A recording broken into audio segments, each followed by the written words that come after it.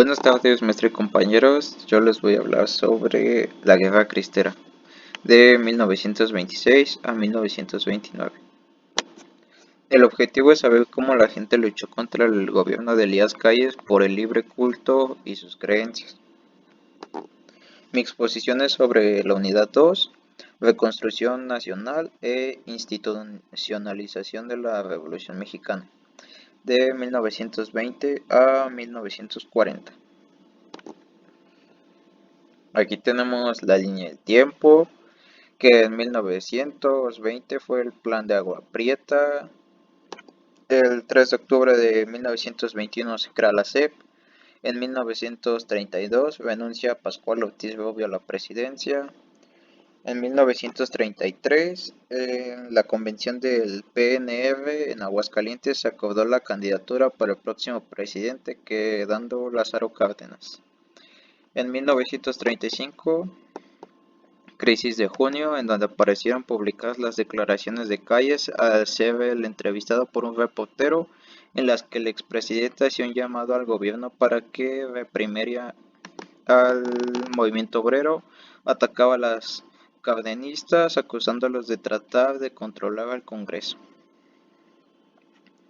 En 1936 se realizó un congreso de unidad obrera que culminó con la fundación de una nueva central más vigorosa, la Confederación de Trabajadores de México, en la cual se fusionaron la gran mayoría de agrupaciones obreras, mientras que la CROM y la CGT, contrarias a la nueva central, iban quedando relegadas.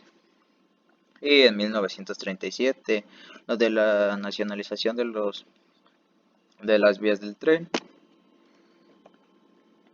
Para esta exposición utilicé 3 páginas web, 2 libros, y lo que hice trailer de una película es de un dato curioso que les voy a mostrar al final de la exposición.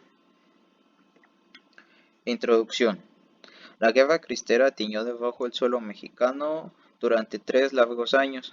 Durante ese periodo se enfrentaron creyentes y militares del gobierno de Plutarco Elías Calles.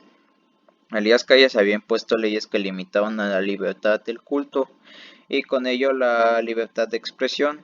Sin embargo, no solo los cristeros sufrieron las consecuencias de una guerra que marcarían su vida para siempre, sino también militares y civiles ajenos al conflicto. Bueno, la guerra cristera comenzó cuando Plutarco Elías Calles modificó el Código Penal de la Constitución de 1917 y Calles instauró después lo que conocemos como Ley de Calles, el 21 de junio de 1926. En esta ley se buscaba reducir el número de sacerdotes, restringir la realización del culto religioso y aminorar las libertades de los creyentes. Además, se buscaba prohibir las manifestaciones de fe fuera de los hogares y expropiar las propiedades y bienes de la iglesia. La respuesta de la sociedad no lo tomaron bien y decidieron no comprar cosas que tuvieran que ver con el gobierno, reducir los impuestos para más que nada darles un golpe económico para manifestarse que estaban en desacuerdo por no poder llevar a cabo el culto como ellos quisieran. Y así fue como nació un movimiento social con el lema de Viva Cristo Rey o Viva Santa María de Guadalupe. Iniciaron el acopio de armas y la conformación de las guerrilleras campesinas, creyendo viable una salida militar al conflicto. Se ignora si el nombre cristero fue elegido por los guerrilleros o si fue un término despectivo que les daban sus enemigos, o sea, el ejército de Elías Calles. Las consecuencias de la guerra fueron: la guerra cristera duró 3 años y ocasionó unas 250,000 muertes entre civiles y combatientes. También se generó refugio hacia Estados Unidos. Esta guerra principalmente impactó en los estados de Jalisco, Guanajuato, San Luis Potosí, Colima, Michoacán y Zacatecas. En cuanto a las decisiones políticas, la guerra forzó al Estado a modificar sus reformas laicas en materia educativa, a postergar la aplicación de sus leyes en materia de cultos y a centralizar en el presidente la relación entre Estado e Iglesia. Por su parte, esta última designó al arzobispo de México como interlocutor con las autoridades federales, evitando cualquier tipo de pronunciamiento político de parte de obispos y otras autoridades eclesiásticas. Finalmente se logró un modus vivendi entre Estado e Iglesia, es decir, una forma de tolerancia y convivencia. La Guerra Cristera debió terminar en 1929, cuando el episcopado y el gobierno llegaron a unos arreglos para establecer paz, pero en 1930, en esos años se volvieron a lanzar en armas y es como a lo que conocemos la Segunda Cristiada. El fin de la guerra. La Guerra Cristera se supone que llegó a su fin en 1929 tras la llegada de Emilio Portes Gil en 1928 y el inicio de una serie de negociaciones con influencia de Estados Unidos y la Santa Sede. Se acordó una amnistía general para todos los alzados en armas, logrando apenas 14.000 y los 50.000 combatientes devolvieran sus armas, pero aún faltaba alcanzar la paz. El modelo de convivencia y constante negociación pudo legalmente lograrla, aunque fracciones cristeras siguieron llevando a cabo desastres y cosas violentas en otros estados y en gobiernos posteriores a este. Sin embargo, al ser un arreglo entre élites, los campesinos se quedaron inconformes porque pues habían recibido daños, sus casas habían sido saqueadas, habían sido abusados, incluso perdidas, pues se levantaron en años durante los años 30. Fue así como se produjo la Segunda Cristiada durante el mandato de Lázaro Cárdenas, pues Calles antes de terminar su gobernatura había instaurado la educación socialista. Este hecho no fue bien recibido por los creyentes y la iglesia, y ya en los años entre 1936 y 1940 esta segunda cristiandad perdió fuerza y llegaron a un acuerdo para que se pudiera llevar a cabo el libre culto sin ser mal visto, sin tener consecuencias, y lo podrías hacer afuera de tu casa o afuera de la iglesia, donde tú quisieras. Y en el tema de la educación se dejó de ser un sistema socialista y pues ya con eso quedó todo bien. Pero los artículos de la Constitución no fueron modificados hasta 1992. Bueno, esto tenía dudas si ponerlo o no, pero aquí lo tengo, que es el atentado contra la Virgen de Guadalupe, que desde aquí se puede decir que comienza la Guerra Cristera, entre comillas. Bueno, el 14 de noviembre de 1921 tuvo lugar un ataque hacia la Basílica de Guadalupe. Bueno, cuenta, así dicen en la historia, que había un grupo de trabajadores que se encontraban dentro de la basílica y también había personas, y una persona se acercó con un ramo de flores a la imagen de la Virgen y la dejó abajo de ella. Después salió corriendo y pues la gente se quedó fuera de onda. Dijeron, ¿qué le pasa?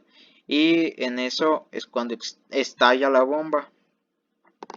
Y las personas que estaban en la basílica o cerca de ahí querían buscar al culpable, no querían dejarlo ir por querer dañar a la Virgen María. Pero no lo encontraron. Y lo que llamó la atención fue que la imagen de la Virgen de Guadalupe salió sin ningún daño, o sea, quedó intacta, pues no le pasó nada a pesar de que adentro de la basílica sí ocurrieron varios desastres. Y a esto los fieles consideraron que estaban presenciando un acto auténtico milagroso, porque Y también lo tomaron como para defender todo en lo que ellos creían. Y por eso es que cuando en la ley de calles dice que no pueden liberar el culto, ellos se levantaron en armas porque ellos ya sabían que, bueno, ellos tenían en su pensamiento que debían de proteger a todo en lo que creían, así como pasó con esto de la Virgen, que no le pasó nada, y que era una muestra para que protegieran lo que ellos creían y confiaban y depositaban su fe. Aquí tenemos mi mapa conceptual.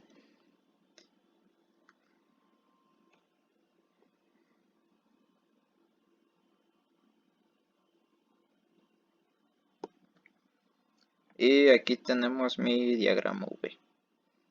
En consecuencia y impacto entre su tiempo histórico, yo puse la guerra entre los creyentes y el gobierno de Elías Calles, la destrucción de hogares, que personas ajenas al conflicto emigraron hacia los Estados Unidos.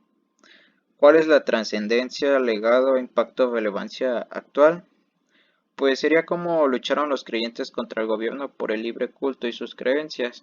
Pues sí, sería lo más importante. Ahora, lo que yo considero. ¿Por qué es importante estudiar este tema en clase? Para saber por qué nosotros podemos creer y hacer culto a nuestras creencias en nuestra casa o fuera de la iglesia sin ser mal vistos. Porque pues es como ahora, ¿no? Que por ejemplo se muere una persona y le hacen su rosario, ¿sí? En tu casa, en la casa del difunto, donde sea, y que eso antes no se podía hacer. Y, y ya, eso sería todo por la presentación. Y, y ya lo que les decía como dato curioso es esto del tráiler, que hay una película que se llama La Cristiada, que se estrenó en 2012. Y durante su estreno, una persona se levantó ahí en medio de la sala y gritó "Viva Cristo Rey". Y aquí está el tráiler. Mexico is under siege. A plot to poison the minds and hearts of our people, to turn them into religious fanatics. This evil, this threat, it will not be tolerated.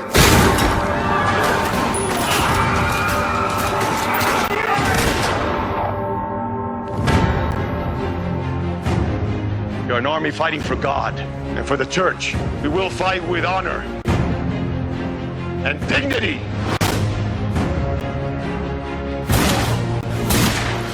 In the United States, we've been following your war with the Catholic Church. I would hardly call it a war. There is a time for peace, time for war. Even if I were younger, I would not fight. You cannot fight for something you don't believe in. I believe in freedom. The fate of Mexico is in God's hands, not yours or mine. This will be one of the most important battles of our struggle. If you lose this war, We're not gonna lose this war. why are you here? We want to be Cristeros. Cristeros. Yes. We are going to send a message that freedom is our lives. And we will defend it or die trying. ¡Que viva Cristo Rey! ¡Que viva Cristo Rey!